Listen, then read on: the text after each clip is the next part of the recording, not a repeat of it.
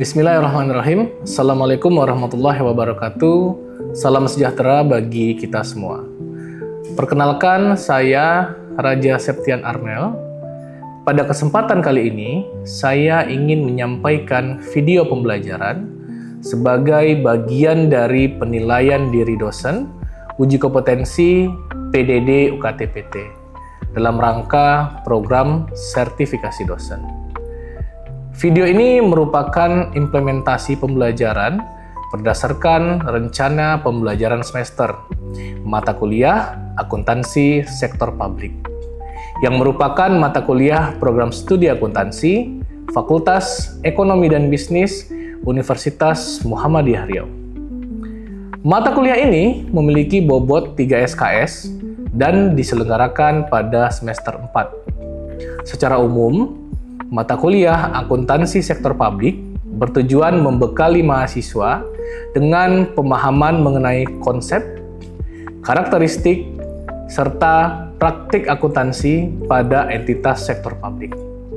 Selain itu, mahasiswa diharapkan mampu memahami pengendalian internal, penyusunan anggaran, sistem akuntansi pemerintah, pelaporan keuangan, pengukuran kinerja, hingga audit sektor publik sesuai dengan standar akuntansi pemerintahan dan ketentuan yang berlaku.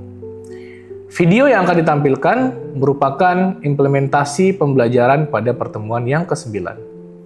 Pada pertemuan ini, pembelajaran mengacu pada CPMK 101, yaitu mahasiswa mampu menyusun pelaporan keuangan pada entitas sektor publik dengan sub CPMK 101.1, yaitu mahasiswa mampu mendeskripsikan dan memahami sistem akuntansi SKPD dan PPKD.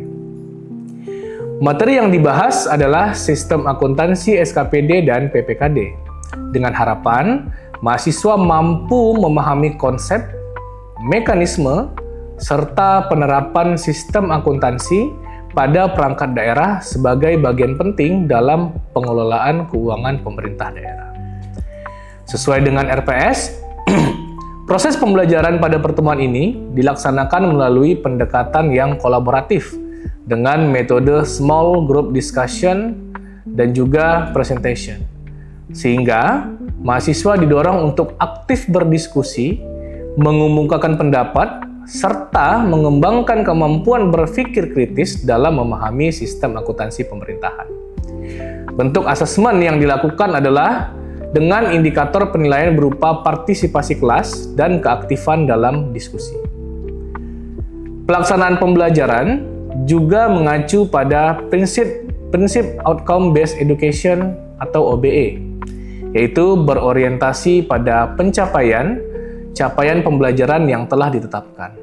Selain itu, pembelajaran menerapkan pendekatan Student Center Learning atau SCL, di mana mahasiswa menjadi pusat proses belajar melalui kegiatan diskusi, kolaborasi, analisis, dan presentasi. Dengan pendekatan tersebut, saya berperan aktif sebagai fasilitator yang membimbing mahasiswa untuk membangun pemahaman secara aktif, menganalisis permasalahan, serta mengaitkan konsep teoritis dengan praktik akuntansi sektor publik. Pendekatan ini diharapkan mampu meningkatkan kemampuan berpikir kritis, komunikasi, kolaborasi, dan pemecahan masalah mahasiswa. Dalam mendukung proses pembelajaran, saya memanfaatkan berbagai media pembelajaran yang tercantum di dalam RPS, antara lain PowerPoint, Sikuli atau Learning Management System, YouTube, serta perangkat pendukung berupa Smart TV, Infocus, dan Whiteboard. Penggunaan berbagai media tersebut diharapkan dapat menciptakan suasana belajar yang lebih interaktif, menarik, dan efektif, sehingga memudahkan mahasiswa memahami materi yang disampaikan. Demikian pengantar singkat mengenai pelaksanaan pembelajaran pada mata kuliah akuntansi sektor publik. Selanjutnya, saya akan menampilkan implementasi pembelajaran pada pertemuan yang ke-9, sesuai dengan rencana pembelajaran semester yang telah disusun. Terima kasih atas perhatian Bapak Ibu Asesor. Assalamualaikum warahmatullahi wabarakatuh. Bismillahirrahmanirrahim. Assalamualaikum warahmatullahi wabarakatuh. Waalaikumsalam warahmatullahi wabarakatuh. Oke, selamat pagi semuanya. Ya, teman-teman, seperti biasa, selalu kita bersyukur kepada Allah Subhanahu wa Ta'ala, karena insya Allah pada hari ini kita masih diberikan nikmat berupa kesehatan dan juga kesempatan untuk dapat hadir pada perkuliahan pagi hari ini. Kemudian salawat dan juga salam tidak lupa pula kita kirimkan kepada junjungan alam Nabi besar Muhammad Sallallahu Alaihi Wasallam yang berlafazkan Allahumma sholli ala Muhammad wa ala ali Muhammad. Baik teman-teman semua, hari ini kita akan melanjutkan sesi kita di pertemuan kita yang ke-9 ya. Materi kita pada hari ini adalah tentang sistem akuntansi SKPD dan PPKD. Pernah dengar nggak? Belum? Ada, kalau misalkan saya sebut dinas, tahu? Tahu. Apa tuh dinas? Ada yang tahu? Boleh, silakan Sabrina. Boleh berdiri Sabrina? Silakan. Apa tuh yang dimaksud dengan dinas? Dinas merupakan instansi pemerintah yang mengurus pekerjaan yang berurusan dengan pemerintah. Oke. Ada lagi? Oke, terima kasih Sabrina. Boleh silakan duduk. Jadi teman-teman, kalau mungkin saya sebut SKPD atau PPKD, itu mungkin belum terlalu awam ya dengan teman-teman semua. Tapi kalau saya sebutkan dinas, seperti yang disebutkan oleh Sabrina tadi, itu mungkin sudah tergambar.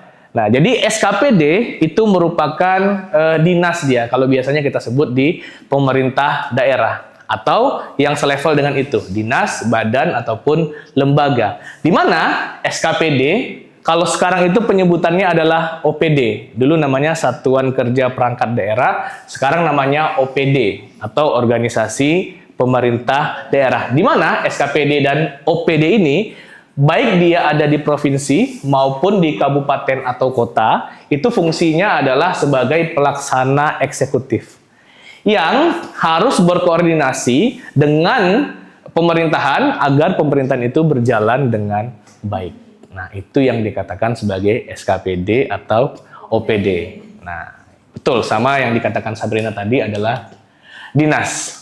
Nah, kalau SKPD itu adalah Satuan Kerja Perangkat Daerah, kalau PPKD apa?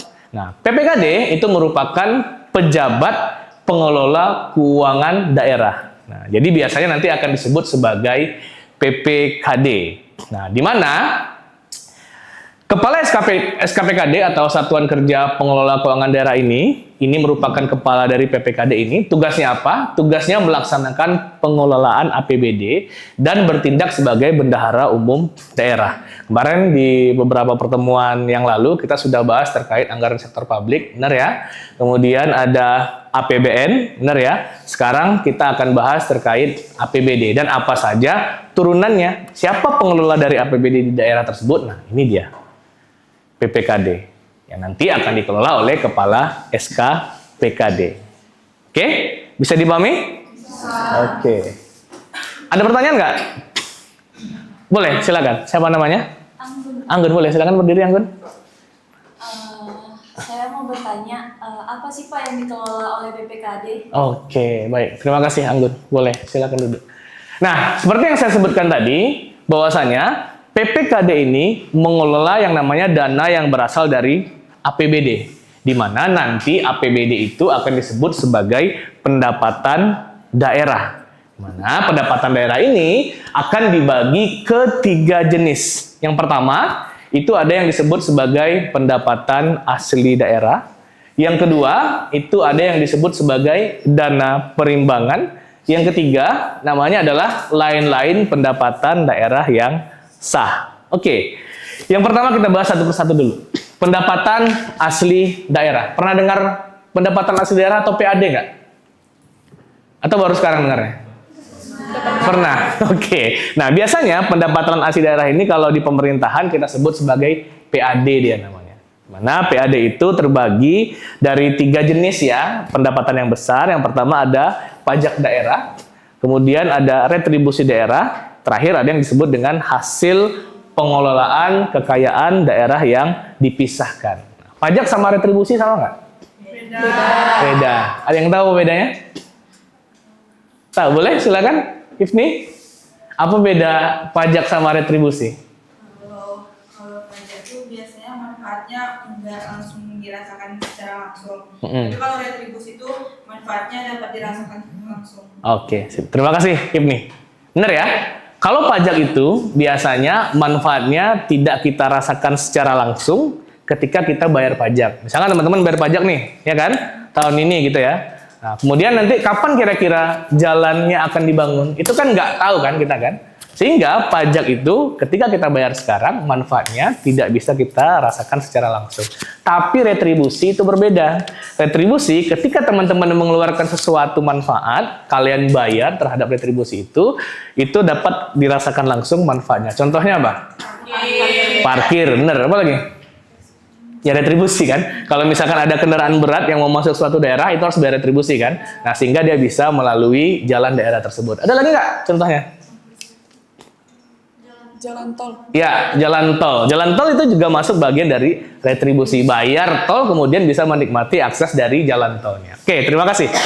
Yang kedua, itu pendapatan daerah ada yang disebut sebagai dana perimbangan namanya.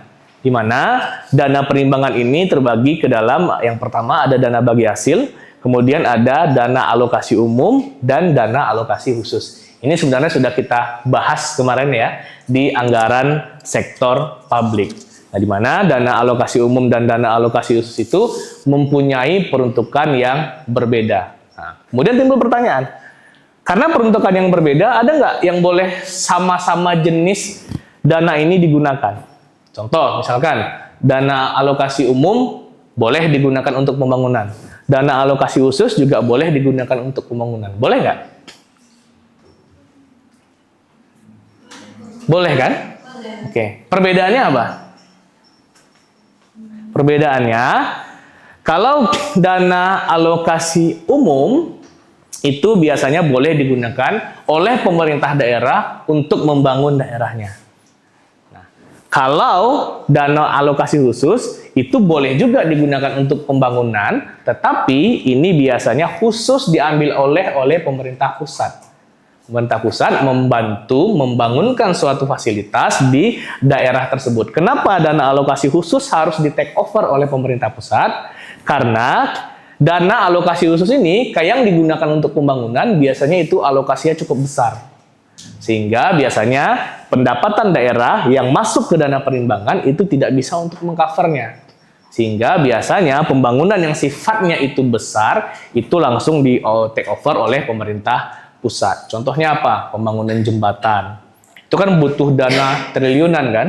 Nah, kalau semua dananya dialokasikan dari APBD pendapatan daerahnya, habis dana daerahnya, nggak gajian PNS-nya, ya kan? Nah, mogok berjamaah dia. Nah, oleh karena itu, biasanya kalau dana pembangunan dalam dana alokasi khusus ini langsung di take over oleh pemerintah pusat. Oke, bisa dipahami semuanya? Oke, kita lanjut ya. Yang ketiga, bagian dari pendapatan daerah itu ada yang disebut sebagai lain-lain pendapatan daerah yang sah. Nah, di sini lain-lain pendapatan daerah yang sah itu merupakan seluruh pendapatan daerah selain PAD yang ini dan dana perimbangan. Biasanya lain-lain pendapatan daerah yang sah ini bisa meliputi hibah, dana darurat, dan lain-lain pendapatan yang ditetapkan oleh pemerintah. Nah, pemerintah boleh dapat hibah nggak dari masyarakatnya? Boleh kan? Ya kan? Ada yang mau menghibahkan dananya ke pemerintah. Ya, kalau ada yang berkelebihan duit boleh ya. Nah, hibahkan dananya ke pemerintah. Ini merupakan komponen dari pendapatan daerah dan inilah yang dikelola oleh PPKD tadi. Saya yang bertanya tadi, Anggun ya. Nah, inilah yang dikelola oleh PPKD tadi. Oke? Bisa dipahami semuanya? Ada pertanyaan nggak? Kalau nggak ada, kita lanjut? Oke, lanjut. Nah, kita lanjut ke materi selanjutnya. Seperti apa sih hubungan antara SKPD atau OPD dengan SKPKD tadi? Ya, pengelola keuangan daerah tadi selaku bendahara umum daerah. Biasanya, ini kita wujudkan hubungannya seperti antara kantor pusat dan kantor cabang. Bendahara umum daerah itu diperlakukan sebagai kantor pusat, sementara SKPD atau OPD itu diberlakukan sebagai kantor cabang. Sehingga ketika ada transaksi di antara keduanya, antara SKPD atau OPD dengan PPKD, itu akan muncul hubungan. Hubungan ini terlihat dari dimunculkannya hubungan utang piutang antara SKPD atau OPD dengan bendahara umum daerah. Nah, jadi fungsinya seperti kantor pusat dan kantor cabang lah intinya. Oke, kita lanjut ya ke materi selanjutnya terkait akuntansi belanja dari SKPD. Nah, kalau tadi kita sudah pelajari SKPD itu apa, kemudian PPKD itu apa saja yang dikelola oleh PPKD, sekarang kita akan melihat akuntansi dari yang dikelola oleh SKPD tersebut. Oke, jadi di akuntansi belanja SKPD ini kita akan melihat bagaimana pencatatan atau pelaksanaan pencatatan akuntansi oleh SKPD atau OPD dari bendahara umum daerah tadi terkait dana yang masuk ke OPD. Yang pertama itu namanya ada akuntansi uang persediaan. Ada yang pernah dengar uang persediaan atau UP belum? Pernah, Pak. Pernah? Oke. Siapa namanya? Stevi. Stevi. Apa itu uang persediaan atau UP? UP itu dana tunai yang diberikan BUD kepada Oke. bendahara yang bakalan dipakai untuk biaya operasional SKPD yang mendesak, Pak. Oke. Terima kasih, Stevi. Biasanya kalau kita di akuntansi secara komersial atau umum, pernah dengar yang namanya kas kecil nggak? Pernah. Ya kan? Nah, kas kecil ini sama dengan UP yang ada di pemerintah daerah atau biasanya kita sebut sebagai uang persediaan. Kalau kita pelajari sebelumnya di akuntansi keuangan menengah, kas kecil itu ada dua metode, ada metode in-place dan ada fluctuation method. Nah, kalau khusus di pemerintahan, itu kas kecil atau uang persediaannya itu hanya memakai satu metode. Metode tetap namanya. Di mana ketika nanti uangnya terpakai, nanti akan diganti dengan sejumlah yang terpakai tersebut. Oke, kita langsung coba praktik contoh soalnya ya. Oke, di sini yang pertama itu akan dibentuk yang namanya uang persediaan. Kita baca bersama soalnya. Untuk kelancaran pelaksanaan tugas satuan kerja perangkat daerah, kepada pengguna anggaran atau kuasa pengguna anggaran bendahara umum daerah itu akan membuat jurnal yang mendebit akun RK ini artinya adalah rekening koran. Rekening koran SKPD Dinas Pendidikan. Kemudian akan mengkredit akun kas di Kasda. Kasda itu maksudnya adalah kas daerah sebesar 10 juta. Di sini Dinas Pendidikan mau minta UP nih. Mau minta uang persediaan ke bendahara umum daerah. Tadi kan hubungannya antara bendahara umum daerah dan SKPD itu seperti kantor pusat dan kantor cabang kan? Ini kantor cabangnya mau minta uang kas kecil nih sama kantor pusatnya. Nah, nanti seperti apa jurnal yang akan terbentuk? Seperti ini dia. Jurnal pembentukan uang persediaan. Yang pertama kita akan lihat dulu jurnal yang terbentuk di bendahara umum daerah selaku SKPKD PPKD tadi. Nah, jurnal yang terbentuk di BUD itu adalah di debit akan terbentuk RK SKPKD Dinas Pendidikan senilai 10 juta. Nah, di sini Dinas Pendidikannya mau membentuk UP senilai 10 juta nih. Nah, sehingga akan terbentuk rekening koran. Kenapa sih rekening koran namanya, Pak? Gitu kan. Nah, karena di pemerintahan itu semua jenis transaksi harus melewati satu akun. Kalau di pemerintah daerah itu kita akan buatkan akunnya di bank daerah masing-masing. Kalau kita di Riau namanya Bank Riau kan. Nah, kalau di pemerintah pusat itu adanya di Bank Indonesia. Sehingga ketika ada uang yang keluar dan masuk di satu pemerintahan daerah, itu akan terrecord di rekening koran yang ada di bank daerah tersebut. Makanya bunyinya debitnya untuk BUD itu adalah rekening koran SKPKD Dinas Pendidikan. Berarti ini bunyinya adalah ada duit 10 juta yang masuk ke rekening korannya Dinas Pendidikan. Oke. Debitnya apa? Debitnya adalah kas di kas daerah. Berarti artinya kas daerah yang ada di Bank Riau tadi berkurang senilai 10 juta. Oke, sehingga debitnya jurnalnya akan terbentuk seperti ini. Bisa dipahami kira-kira? Gampang kan? Kita lanjut ya. Kalau tadi adalah jurnal yang terbentuk di bendahara umum daerah. Kemudian karena tadi ada hubungan antar kantor pusat dengan kantor cabang tadi, sehingga si kantor cabang harus membuat jurnal juga, ya kan? Jurnal yang terbentuk seperti ini. Di debitnya ada kas di bendahara penerimaan senilai 10 juta, kemudian di kreditnya berkurang rekening koran PPKD senilai 10 juta yang ada di Bank Riau tadi. Nah, sehingga nanti ketika diadu jurnalnya itu akan balance dia. Nah, oke. Yang paling menarik adalah di pemerintah daerah itu tidak semua tidak semua OPD itu mempunyai yang namanya bendahara penerimaan. Tetapi semua OPD pasti punya bendahara pengeluaran. Kenapa? Karena tidak semua OPD itu punya pendapatan dia. Dan tidak semua OPD boleh mengelola pendapatan yang diterimanya. Makanya tidak semua OPD punya bendahara penerimaan. Jadi teman-teman jangan bingung ya, kalau di jurnal nanti ada bunyinya bendahara penerimaan, ada bunyinya bendahara pengeluaran. Pada nyatanya itu sama-sama, kas yang berkurang atau kas yang bertambah, cuma orangnya aja yang berbeda. Oke? Ada pertanyaan nggak? Kita lanjut ya? Oke. Nah, tadi kita sudah punya uang senilai 10 juta, ya kan? Sudah saatnya belanja dong, benar kan? Nah, oke. Nah, di sini SKPD, Dinas Pendidikan itu akan membayar belanjanya dengan UP atau uang persediaan. Nah, dari duit 10 juta tadi, Dinas Pendidikan dia mau membayar pembelian ATK senilai 8 juta rupiah. Berarti dari duit 10 juta tadi akan dibelikan ATK senilai 8 juta rupiah. Nah, jurnal yang terbentuk Dinas Pendidikan adalah seperti ini. Debitnya ada belanja ATK, kemudian di kreditnya ada kas di bendahara pengeluaran. Belanja ini adalah akun yang khusus unik di pemerintahan. Jadi pemerintahan itu ketika dia ada membayarkan suatu atau beli suatu barang, dia akan berbunyi seperti ini. Belanja ATK namanya. Nah, ATK-nya ini yang setelah belanjanya itu akan mengikuti aja biasanya. Kalau mau belanja alat tulis, buat aja belanja alat tulis kantor gitu kan. Kalau mau belanja AC, buat aja belanja AC. Nah, oke. Sehingga jurnalnya akan terbentuk seperti ini. Nah, kalau ada transaksi pembelian, biasanya ada pajak nggak? Ada. Ada yang tahu pajaknya? Pajak apa?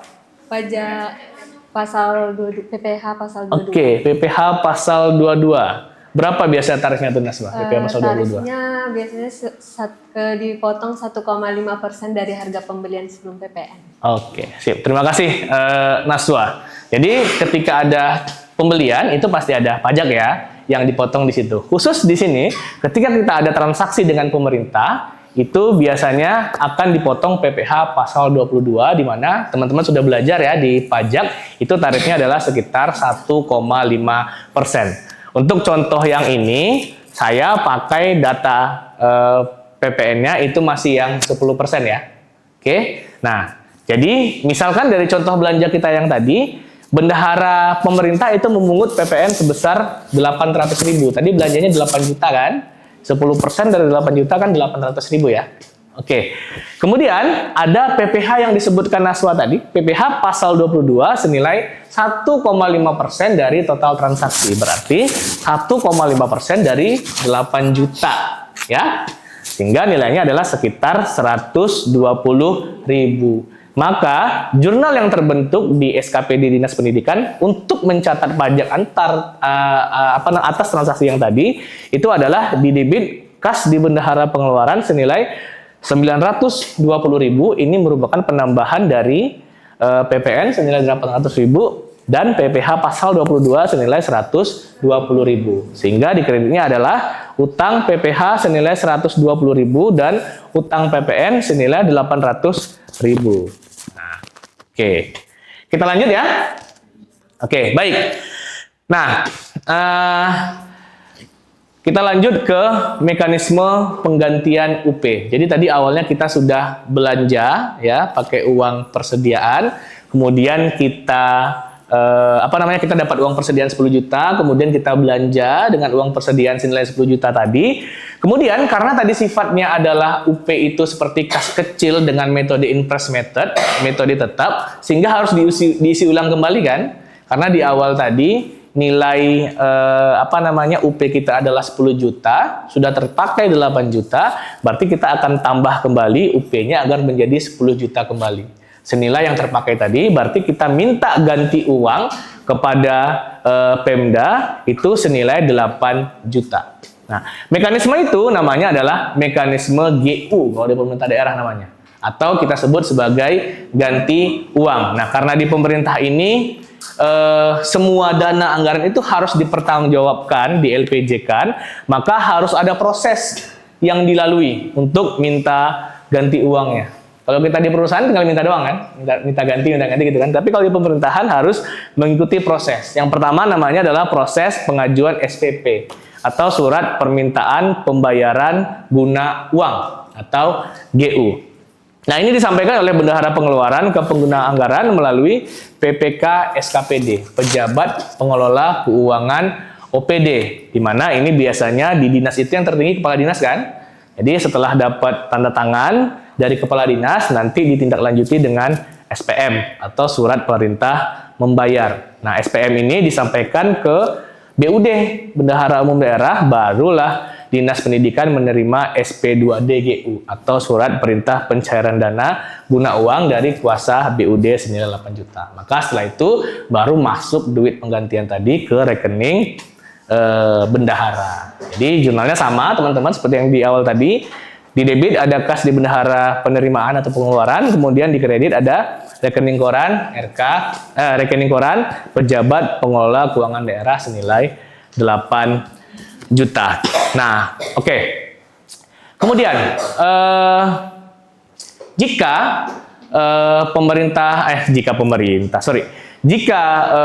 SKPD itu dia mau belanja, tapi belanjanya itu lebih besar dari nilai uang persediaan tadi. Contoh, kita tadi punya nilai uang persediaan berapa? 10 juta kan? Ternyata SKPD atau OPD itu mau belanja, nilainya lebih dari 10 juta. Kalau terjadi hal yang seperti itu, kita akan buatkan mekanisme yang namanya mekanisme pembayaran dari dana TU atau tambah uang namanya. Ada pertanyaan terkait mekanisme TU ini? Oke, boleh silakan. Aldila. Aldika, Pak. Aldika, silakan Aldika. Nah, izin bertanya, Pak. Apa sih bedanya antara UP uang persediaan dengan TU atau tambahan uang persediaan? Oke, baik. Terima kasih Aldika, bagus pertanyaannya. Jadi perbedaan antara TU tambah uang dengan UP itu terletak pada ada tidaknya penggantian dana. Kalau UP ketika kita habis pakai tadi diganti kan? Duitnya kan? Nah, kalau di TU atau tambah uang ini nggak ada penggantian dananya. Kenapa? Karena di TU itu belanjanya melebihi dari uang persediaan yang kita punya. Sehingga ini akan di take over langsung oleh si BUD. Kalau ada sifatnya seperti ini, yang belanjanya lebih dari 10 juta tadi ya, uang persediaan kita, itu biasanya akan muncul yang namanya mekanisme tambah uang atau biasanya kita sebut sebagai mekanisme belanja langsung atau pembayaran langsung. Jadi Bendahara Umum Daerah akan langsung membelanjakan anggarannya, nanti asetnya akan diserahkan kepada Dinas Pendidikan. Oke, seperti itu dia. Oke, bisa dipahami semuanya? Oke, ada pertanyaan lagi? Cukup? Oke, kalau tidak ada pertanyaan lagi, boleh kita tutup perkuliahan hari ini? Boleh ya? Oke. Seperti biasa, sebelum kita menutup perkuliahan, mari kita sama-sama berdoa. Semoga apa yang kita pelajari pada hari ini itu dapat menjadi ilmu, dan ilmu itu dapat menjadi ilmu yang bermanfaat dan juga berkah, baik bagi kita dan orang-orang yang ada di sekitar kita.